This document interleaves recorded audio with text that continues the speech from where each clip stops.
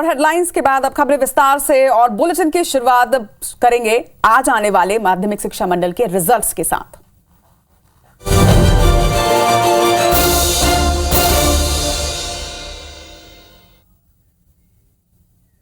मध्य प्रदेश माध्यमिक शिक्षा मंडल की 10वीं और 12वीं की बोर्ड परीक्षा के परिणाम के नतीजे आज दोपहर 1 बजे घोषित कर दिए जाएंगे। बता दें कि प्रदेश के स्कूल शिक्षा मंत्री इंदर सिंह परमार एक साथ 10वीं और 12वीं के नतीजे ऑनलाइन जारी करने जा रहे हैं। दोनों ही बोर्ड परीक्षाओं में करीब 18 लाख परीक्षार्थी शामिल हुए थे। वहीं मध्य प्रदेश बोर्ड ने 10वीं की परीक्षा 17 फरवरी से 12 मार्च और 12वीं की परीक्षा 18 फरवरी से 10 मार्च के बीच आयोजित की थी। छात्र अपने रिजल्ट्स को mpresults.nic.in के साथ mpbse.nic.in और mpbse.mponline यानी कि mponline.gov.in पर रिजल्ट्स को चेक कर सकते हैं। 2 साल के गैप के बाद मध्य प्रदेश बोर्ड इस बार 10वीं और 12वीं के टॉपर्स की लिस्ट भी जारी करने जा रहा है। बीते 2 साल से कोरोना वायरस की वजह से स्टूडेंट्स को बिना परीक्षा दिए ही पास किया गया था, लिहाजा टॉपर्स लिस्ट जारी नहीं की गई थी, लेकिन इस बार ऐसा होगा। अपना रिजल्ट जानने के लिए छात्रों को सबसे पहले MPBSI की आधिकारिक mpresults.nic.in पर जाना होगा। इसके होम पेज पर MP बोर्ड 10वीं और 12वीं रिजल्ट 2021 के लिए दिए गए लिंक पर क्लिक करना होगा। वहीं इसके बाद छात्रों के रोल नंबर दर्ज करते ही स्क्रीन पर उनके रिजल्ट्स आ जाएंगे। IBC 24 10वीं और 12वीं बोर्ड की परीक्षाओं के अभ्यर्थियों को शुभकामनाएं पहले से ही प्रेषित करता है। आपके रिजल्ट्स अच्छे होंगे। इसके साथ ही ये भी हम जरूर कहेंगे कि रिजल्ट्स चाहे जैसे भी हो, आपकी मेहनत का वो फल है और रिजल्ट्स अगर आपके अच्छे नहीं आए तो इससे आप निराश बिल्कुल भी ना हो। तो आज 2 साल के बाद एक बार फिर से टॉपर्स की लिस्ट जारी की जाएगी। शिक्षा मंत्री इंदर सिंह परमार इस रिजल्ट को जारी करने वाले हैं। mpbse.mponline.gov.in पर भी ये रिजल्ट जारी होंगे। तो तमाम साइट्स जिन पर आज आप अपने रिजल्ट देख सकते हैं वो स्क्रीन पर फ्लैश कर रहे हैं। mpresults.nic.in इस पर आप अपने रिजल्ट देख सकते हैं। इसी तरह से mpbse.nic.in पर भी अपने रिजल्ट आप देख सकते हैं। साथ ही mpbse.mponline.gov.in क्योंकि 18 लाख से भी ज्यादा विद्यार्थियों ने 10वीं और 12वीं की बोर्ड परीक्षाएं दी हैं और उनके रिजल्ट्स आ जाने हैं। ऐसे में कई बार ट्रैफिक भी जाम हो जाता है, इसलिए 3 साइट जिस पर आप अपने रिजल्ट देख सकते हैं। इसके साथ ही IBC 24 पर लगातार हम आपको रिजल्ट से जुड़े अपडेट्स देते रहेंगे।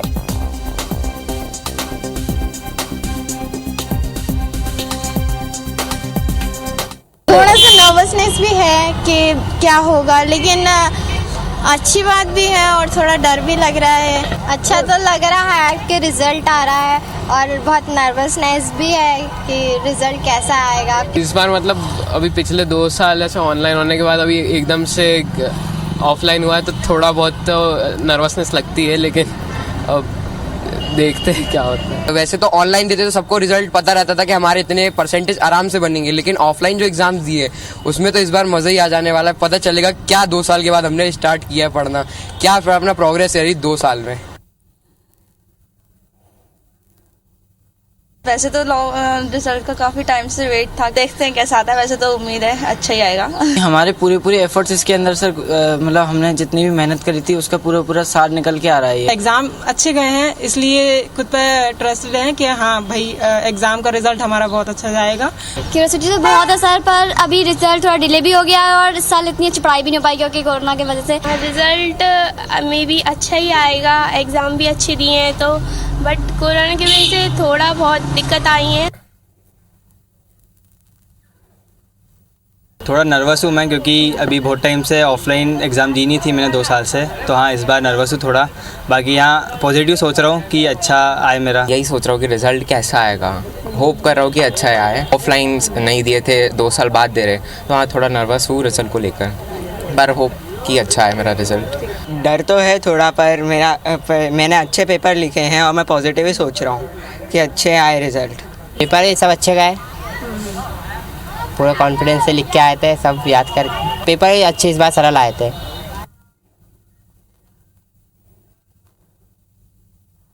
बहुत एक्साइटमेंट है इस बार, बहुत अच्छा लग रहा है। कोविड में काफ़ी पढ़ाई बहुत अच्छी नहीं हो पाई, और लेकिन फिर भी हम लोग पेपर बहुत अच्छे गए इस बार। कितनी भी पढ़ाई कर लें वो थोड़ा सा नर्वसनेस तो रहती ही है रिजल्ट के लिए। क्योंकि टीचर को चेक करना तो कभी इतना कॉन्फिडेंस नहीं रहता। वैसे तो ऑनलाइन पढ़ाई की है, लेकिन ऑफलाइन पेपर दिए तो थोड़ी बहुत एक्साइटमेंट भी है, थोड़ी बहुत नर्वसनेस भी है कि क्या होगा कल। थोड़ी बहुत डर और थोड़ी बहुत एक्साइटमेंट भी है।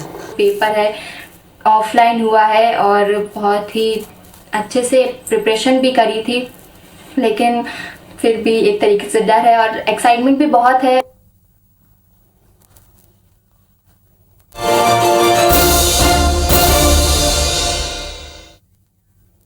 तो छात्रों में थोड़ी नर्वसनेस भी है, एक्साइटमेंट भी है, लेकिन IBC 24 की टीम आप सभी को कहती है all the very best for your results.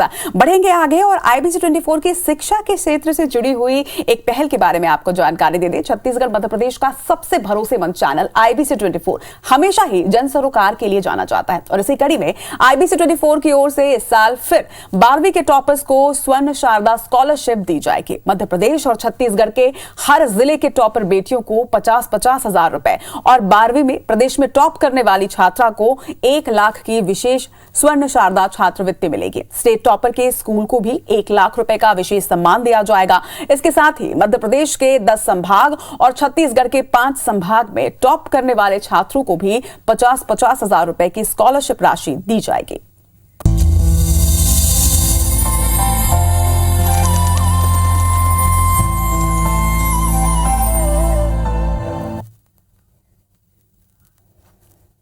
चलिए खबरों में बढ़ेंगे आगे। आपको बता दें कि खरगोन में लोगों को कर्फ्यू से थोड़ी ढील जरूर दी गई थी, लेकिन इस बीच लोगों की लापरवाही देखने को मिली, जिसके बाद अब प्रशासन ने सख्ती एक बार फिर से बढ़ा दी है। कर्फ्यू में आज 9 घंटे की बजाय 4 घंटे की ही राहत दी जाएगी। सुबह 8 बजे से दोपहर 12 बजे तक के दुकानों को खुलने की अनुमति है। वहीं मार्केट के साथ बैंक, पोस्ट ऑफिस खुलेंगे जरूर। बसों के आवागमन को भी अनुमति मिली है। साथ ही कृषि मंडी में आने वाली गाड़ियों को भी छूट है, लेकिन जो छूट की अवधि है उसे घटा दिया गया है। दूसरे वाहनों पर पाबंदी हालांकि अभी भी पहले की तरह ही जारी है। वहीं पेट्रोल भी नहीं मिलेगा।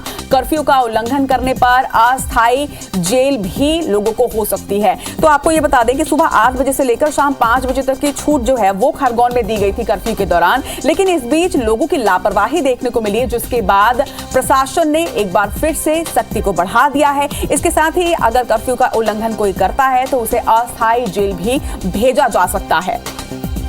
तो लगातार खरगोन में कर्फ्यू जारी है और इस दौरान लगातार ढील दी जा रही थी, मगर लोग इसका गलत फायदा उठा रहे थे। लगातार लोगों में लापरवाही देखी जा रही थी, जिसको देखते हुए अब इसे घटा दिया गया है और 9 घंटे की बजाय आज खरगोन की जनता को सिर्फ 4 घंटे की ही रियायत दी गई है। सुबह 8 बजे से लेकर 12 बजे तक ये रियायत होगी और इस बीच लोग बाहर निकल सकेंगे और पहले ही जिस तरह से दुकानों को छूट मिली थी उन्हीं दुकानों को अभी भी रियायत दी गई है। इसमें कोई भी चेंजेस नहीं किए गए हैं, लेकिन जो छूट है उसकी अवधि को घटा दिया गया है।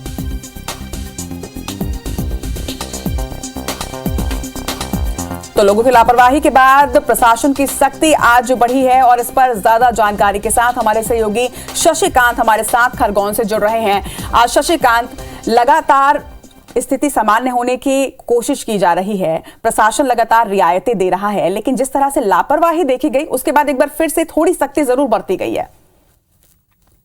जी मैं बता दूं, आज खरगोन में कर्फ्यू का लगातार 19वां दिन है और आज अगर राहत की बात करें तो इसमें कर्फ्यू में आज केवल 4 घंटे के लोगों को राहत दी गई है। सुबह 8 से दोपहर 12 बजे तक ही दुकानें खुलेगी और इसके साथ साथ बैंक और पोस्ट ऑफिस तो खुले ही रहेंगे, लेकिन कृषि उपज मंडी और बस स्टैंड भी इसमें खुले रहेंगे। अगर बात की जाए तो पिछले 6 दिनों से जिला प्रशासन द्वारा कर्फ्यू में लगातार 9 घंटे की ढील दी जा रही थी। सुबह 8 से शाम 5 बजे तक ढील दी जा रही थी और लगातार 9 घंटे की ढील में लोग अपने जरूरी काम निपटा रहे थे, यहाँ तक कि बाहर आना जाना भी कर रहे थे। लेकिन आज जो है अचानक देर रात को जिला प्रशासन द्वारा निर्णय लिया गया इसमें कि केवल आज सुबह 4 घंटे की इसमें ढील दी जा रही है। वहीं अगर बात करें तो कर्फ्यू का उल्लंघन करने वालों के लिए अस्थायी जेल का भी निर्माण किया गया है और अगर कर्फ्यू का उल्लंघन जो भी करेगा उसके लिए हरियाली मैरिज गार्डन जो जेतापुर स्थित है वहां पर अस्थायी जेल का निर्माण किया गया है और अधिकारी पूरी तरह से सतर्क है। हालांकि 19 दिन की अगर बात की जाए तो खरगोन में कोई भी घटना नहीं हुई है, पूरी तरह से जनजीवन पटरी पर लौटता नजर आ रहा है। लेकिन आगामी धार्मिक त्योहारों को देखते हुए जिला प्रशासन द्वारा आज जो है 4 घंटे की छूट का ऐलान किया है। अगर सही स्थिति रही तो आज दोपहर बाद भी जो है इसमें छूट के 2 घंटे के लिए आदेश जारी हो सकते हैं। जी शशिकांत, तो लगातार खरगोन में 19 घंटे का कर्फ्यू जो है वो जारी है और जिस तरह से लोगों में लापरवाही देखी जा रही है उसको देखते हुए आज ढील की अवधि को भी घटाया गया है। शशिकांत, एक तरफ तो जनता जो है वो इंतजार कर रही है कि कब कर्फ्यू जो है वो खत्म हो और पूरी तरह से जनजीवन वहां पर पटरी पे आए, लेकिन इसके साथ ही जनता ही लापरवाही भी कर रही है। ऐसे में कर्फ्यू कैसे ही हटाया जाए? कर्फ्यू के दौरान बड़ी संख्या में लोग बाहर निकल रहे हैं और दुकानों पर, जबकि आदेश 144 धारा का भी इसमें हवाला दिया गया है, जिसमें एक दुकान पर जो है 5 व्यक्ति ही खड़े होकर सामान ले सकेंगे, लेकिन भारी भीड़ दुकानों पर भी नजर आ रही। जिला प्रशासन द्वारा इसको देखते हुए भी आज जो है कर्फ्यू में अचानक इसमें ढील की जो है कटौती की गई है।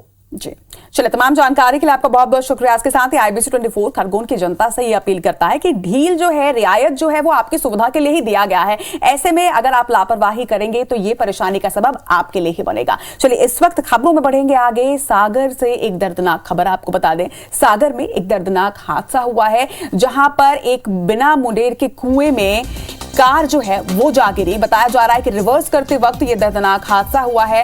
बिना मुंडेर के एक कुआं था जहां पर ये कार बैक करते हुए गिर गई और उसमें कार में सवार बच्चों के साथ उनके पिता की भी दर्दनाक मौत हो गई है। बता दें कि घटना सागर के मोतीनगर थाना क्षेत्र के मुंडी टोरिया इलाके की बताई जा रही है और गोविंद नगर के रहने वाले शिक्षक हिमांशु तिवारी अपने घर के पास ही कार में अपने 15 और 10 साल के 2 बेटों को साथ बिठाकर कार रिवर्स कर रहे थे, तभी बिना मुंडेर के कुएं में ये कार जा गिरी। बताया जा रहा है कि कार के कुएं में गिरने के बाद वहां पर पड़ोसी दौड़कर आए। उन्होंने उन्हें बचाने की पूरी कोशिश की, लेकिन कुआं इतना बड़ा और गहरा था कि लोग कुछ नहीं कर सके। जब तक पुलिस बल और बचाव दल वहां पर पहुंचा, होमगार्ड के जवान पहुंचे और क्रेन से कार को बाहर निकाला गया, तब तक दोनों ही मासूम बच्चों के साथ पिता की भी मौत हो गई थी। तस्वीरें भी लगातार वो देख रहे हैं आप कि किस तरह से एक बिना मुंडेर का कुआं एक परिवार की मौत का कारण बन गया। तस्वीरें आपको विचलित कर सकती हैं। 15 और 10 साल के 2 मासूम बच्चों की मौत हुई है। इसके साथ ही शिक्षक पिता की भी इस घटना में मौत हुई है। बताया जा रहा है घर के पास ही कार रिवर्स करते वक्त ये पूरा हादसा हुआ जब एक शिक्षक पिता हिमांशु तिवारी अपने दोनों बच्चों 15 साल और 10 साल के उनके 2 बेटे तीनों ही कार में सवार थे और रिवर्स करते वक्त अचानक ये हादसा हुआ जब कार बिना मुंडेर के इस कुएं में गिर गई। दर्दनाक ये हादसा है जिसमें एक ही परिवार के 3 लोगों की मृत्यु हुई है। पिता और दोनों बेटों की मौत इसमें हो गई है। हालांकि तुरंत ही जब यह हादसा हुआ तो आसपास के लोग वहां जरूर पहुंचे, लेकिन कुआं इतना बड़ा और गहरा था, बताया जा रहा है कि इसकी वजह से उन्हें बचाया नहीं जा सका। जब तक क्रेन वहां पहुंची, जब तक बल वहां पर पहुंचा, तब तक तीनों की ही मौत हो चुकी थी। ज्यादा जानकारी के साथ हमारे सहयोगी उमेश इस वक्त हमारे साथ जुड़ रहे हैं। उमेश, ये जो पूरा हादसा हुआ है, बिना मुंडेर के कुएं में कार गिरने से हादसा हुआ है, ऐसी जगह पर कुआं और क्या सेफ्टी के कोई फीचर्स वहां पर नहीं थे? क्यों ये कुआं वहां पर था और खुला क्यों था? ये एक बड़ा सवाल, क्योंकि इस तरह की लापरवाही से एक पूरे परिवार को आज ये दुख देखना पड़ रहा है। ये दरअसल सागर भोपाल रोड पर स्थित गोविंद नगर कॉलोनी है, यहाँ पर ये इनका निवास है और वहीं पर ये कुआं था। वो एक ग्रामीण इलाका शुरू हो जाता है, शहर की सीमा पर है। तो ग्रामीण इलाका शुरू हो जाने के कारण वहाँ पर जहाँ पर इनका घर है वहाँ पर एक कुआं बनाया गया था। उस कुएं की मुंडेर नहीं थी, उसी के पास इनका घर है।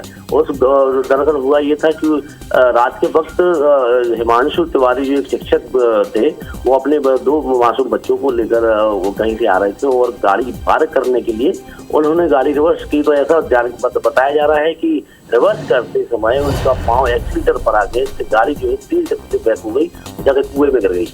वो इतना बड़ा और गहरा था कि वहाँ पर जो लोग थे वो उनकी मदद नहीं पहुंचा सकी। वो जब पुलिस को कवर की, पुलिस का बचाव दल पहुंचा और होमगार्ड के जवान पहुंचे, क्रेन पहुंचे, तब जाकर कहीं उस कार को निकाला गया। उस कार में जो है हिमांशु तिवारी, उनके 2 एक 10 वर्षीय और एक 15 वर्षीय पुत्र भी था, वो उनकी मृत्यु हो गई और पुलिस ने जो है उनकी शरीर को पोस्टमार्टम के लिए भिजवा दिया था और मर्ग कायम कर लिया। मोतीनगर थाना क्षेत्र के ये टीआई जो नवल आ रहे हैं, उन्होंने पूरी घटनाक्रम की जानकारी। जी उमेश, तमाम जानकारी के लिए आपका बहुत बहुत शुक्रिया। और अब बात करेंगे कोरोना की। मध्य प्रदेश में एक बार फिर से कोरोना संक्रमण पैर पसारता जा रहा है। मध्य प्रदेश में बीते 24 घंटे की अगर बात करें तो 29 नए मरीजों की पुष्टि यहां पर की गई है। वहीं सिर्फ भोपाल में ही 8 नए कोरोना मरीजों की पुष्टि हुई है। बता दें कि मध्य प्रदेश में एक्टिव मरीजों की संख्या इस वक्त 95 पर जा पहुंची है। तो एक बार फिर से देश के साथ ही मध्य प्रदेश में भी मरीजों की संख्या बढ़ती जा रही है। टेस्टिंग और ट्रेसिंग बढ़ाई जा रही है।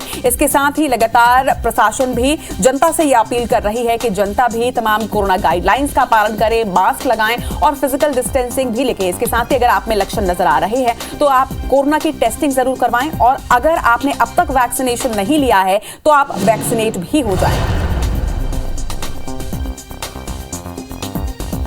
और ना सिर्फ मध्य प्रदेश में बल्कि छत्तीसगढ़ में भी कुछ इसी तरह के हालात हैं। छत्तीसगढ़ में कोरोना से 6 नए मरीजों की पुष्टि की गई है। बता दें कि रायपुर में 3, दुर्ग में 2, बेमेतरा में 1 मरीज सामने आया है। वहीं 25 जिले में एक भी कोरोना मरीजों की पुष्टि नहीं की गई है। 14 जिलों में एक्टिव मरीजों की संख्या भी हालांकि 0 पर है, लेकिन 24 घंटे में एक भी मरीज की मौत नहीं हुई। ये एक जरूर राहत भरी खबर है। वहीं 4 मरीज डिस्चार्ज भी किए गए हैं। एक्टिव केस की संख्या की बात करें तो ये इस वक्त छत्तीसगढ़ में ये संख्या 30 पर है। तो मध्य प्रदेश के हिसाब से छत्तीसगढ़ की हालत कहीं ना कहीं बेहतर है, लेकिन दोनों ही प्रदेशों में और पूरे देश में एक बार फिर से कोरोना संक्रमित मरीजों की संख्या जरूर बढ़ती जा रही है। और दोनों ही प्रदेशों में क्या स्थिति है और इस वक्त प्रशासन और स्वास्थ्य विभाग क्या कुछ कह रहा है, इस पर ज्यादा जानकारी के लिए हमारे साथ हमारे 2 सहयोगी दोनों ही प्रदेशों से जुड़ रहे हैं। हमारे साथ छत्तीसगढ़ की राजधानी रायपुर से प्रिया पांडे और मध्य प्रदेश की राजधानी भोपाल से शिखिल ब्योहर जुड़ रहे हैं। पहले रुक करेंगे भोपाल का। शिखिल, क्योंकि मध्य प्रदेश में अगर आंकड़ा देखें तो मध्य प्रदेश में कहीं ज्यादा ये आंकड़ा है, एक बार फिर से कोरोना का संक्रमण पैर पसार रहा है। ऐसे में जनता को तो सतर्क रहना ही है, लेकिन इसके साथ साथ स्वास्थ्य अमला और प्रशासन इस पर क्या कुछ एक्शन ले रहा है? देखिए, निश्चित तौर पर जिस प्रकार से आंकड़े बढ़ते जा रहे हैं कहीं ना कहीं एक चिंता का विषय है, क्योंकि कल अगर हम बातचीत करें तो 15 जो थे नए संक्रमित मरीज मिले थे, आज 29 मिले हैं, यानी लगभग 9 दोगुने कहे जा सकते हैं। और इसके अलावा मध्य प्रदेश में एक्टिव केसों की संख्या देखी जाए तो लगभग 95 यानी 100 के करीब पहुंच गई है। कुल मिलाकर देखा जाए तो जो आंकड़े लगातार बढ़ रहे हैं कहीं ना कहीं एक चिंता का विषय बने हुए हैं। हालांकि स्वास्थ्य महकमे के अधिकारियों की बातचीत की जाए तो उनका साफ तौर पर कहना है कि इतना फ्लक्चुएशन जो है वो लगातार चलता रहता है। बहुत ज्यादा इसमें गंभीर यानी बहुत ज्यादा चिंता की विषय नहीं है, लेकिन लोगों को सतर्क रहना चाहिए। वैक्सीनेशन के लिए लगातार जोर देने की बातचीत कही जा रही है। बूस्टर डोज यहां पर लगाए जा रहे हैं। तो इसके अलावा 6 साल से लेकर जो 12 साल तक की उम्र के बच्चों के लिए जो वैक्सीनेशन है उसकी भी तैयारियां पूरी कर ली गई हैं। ये भी बताया जा रहा है कि लोगों को जागरूक किया जा रहा है। बीते दिनों जिस हमने देखा कि सीएम शिवराज सिंह चौहान ने बैठकें ली थी, कोरोना को लेकर समीक्षा की थी और उसमें भी ये बात कही गई थी कि सतर्कता फिलहाल जो है वो बरतनी है, लापरवाही फिर भारी पड़ सकती है। और इसी को देखते हुए लगातार जो कार्रवाइयां हैं स्वास्थ्य विभाग द्वारा जन जागरूकता की, वो फिलहाल जारी है। निश्चित तौर पर सतर्कता ही समाधान है। प्रिया, अगर बात छत्तीसगढ़ की करें तो मध्य प्रदेश के लिहाज से छत्तीसगढ़ में थोड़ी राहत जरूर है और सरकार ने पहले ही यहां पर एक बार फिर से मास्क को भी मैंडेट कर दिया है। इसके साथ ही क्या गाइडलाइंस में कुछ चेंजेस भी हुए हैं? देखिए, बिल्कुल छत्तीसगढ़ में फिलहाल राहत की ही बात है, क्योंकि लगभग बीते 24 घंटे की बात की जाए तो लगभग 5000 टेस्ट किए गए हैं, जिसमें से केवल 6 ही लोग पॉजिटिव आए हैं। 25 ऐसे जिले हैं जहां पर नए एक्टिव केसेस नहीं है और वहीं 14 ऐसे जिले हैं जहां पर मरीजों की संख्या भी 0 है। तो ये एक तरह से राहत की बात है। लेकिन अगर प्रशासन और शासन स्तर पे एहतियात की बात कही जाए तो लगभग 1 हफ्ते पहले आपको याद होगा रचना कि सरकार ने ये आदेश निकाला था कि अब छत्तीसगढ़ में मास्क कंपलसरी नहीं है। लेकिन 1 हफ्ते बाद ही जिस तरह से देश भर से खबरें आ रही थी, स्थिति को समझते हुए छत्तीसगढ़ शासन की ओर से अब आदेश फिर से जारी कर दिया गया है कि मास्क कंपलसरी है। इसके अलावा शादी ब्याह की जो चीजें हैं वहां पर भी अब कैपेसिटी को लेकर नए कायदे तय किए जाने की तैयारी जो है वो चल रही है। भीड़ भाड़ वाले जो इलाके हैं वहां पर निगरानी शुरू की जा रही है। मास्क कंपलसरी तो किया ही गया है, इसके साथ साथ अब एक बार फिर से बड़ी जोर शोर से मास्क की चेकिंग भी, जैसे कोरोना के समय में चौक चौराहों पर चल रही थी, तो वो स्थितियां दोबारा बन रही हैं। हालांकि अभी फिलहाल प्रदेश में स्थिति बेहतर है और आने वाले समय में देखते हैं कि शासन प्रशासन स्तर पर और क्या एहतियात बरते जाते हैं। जी, तमाम बातचीत के लिए आप दोनों का ही बहुत बहुत शुक्रिया, शकील और प्रिया। तो IBC 24 भी दर्शकों से यही अपील करता है कि आप भी तमाम गाइडलाइंस का पालन जरूर करें। खबरों खबरों में बढ़ेंगे आगे। आपको बता दें कि सीएम भूपेश बघेल आज कई कार्यक्रमों में सम्मिलित होने वाले हैं। कोरिया जिला के अस्पताल और शिशु अस्पताल का आज वो लोकार्पण करने वाले हैं, तो आज कोरिया जिले के दौरे पर वो रहेंगे। साथ ही मुख्यमंत्री निवास में वीसी के जरिए आज ये लोकार्पण कार्यक्रम होगा। कृषि और जैव प्रौद्योगिकी विभाग की भी आज वो बैठक लेने जा रहे हैं। इसी के साथ सहकारिता विभाग की भी एक अहम बैठक वो लेंगे। विश्व पशु चिकित्सा दिवस पर आयोजित कार्यक्रम में भी शिरकत करेंगे। अगर बात करें मध्य प्रदेश की, तो एमपी को आज नई एम्बुलेंस की सौगात मिलने जा रही है। एमपी में 2052 नई एम्बुलेंस को आज रवाना किया जाएगा। सीएम शिवराज सिंह चौहान हरी झंडी दिखाकर इन एम्बुलेंस को रवाना करेंगे। एडवांस लाइफ सपोर्ट एम्बुलेंस की संख्या अब प्रदेश में बढ़ी है। साथ ही निजी कैब की तरह भी इन एम्बुलेंस को मरीज बुक करा सकेंगे, तो निश्चित तौर पर स्वास्थ्य सुविधा बढ़ी है। मध्य प्रदेश में आज 2052 नई एम्बुलेंस की सौगात जो है वो मध्य प्रदेश को मिलने जा रही है। सीएम शिवराज सिंह चौहान इन्हें हरी झंडी दिखाकर रवाना करेंगे और इससे निश्चित तौर पर सुविधाएं मध्य प्रदेश की जनता के लिए बढ़ेगी। चलिए, साथ की बड़ी बात में फिलहाल इतना ही, लेकिन छत्तीसगढ़ी भाषा में छत्तीसगढ़ की तमाम बड़ी खबरों के लिए हमारा खास बुलेटिन हमर बानी हमर गोठ देखिए आगे। मुझे दीजिए इजाजत, नमस्कार।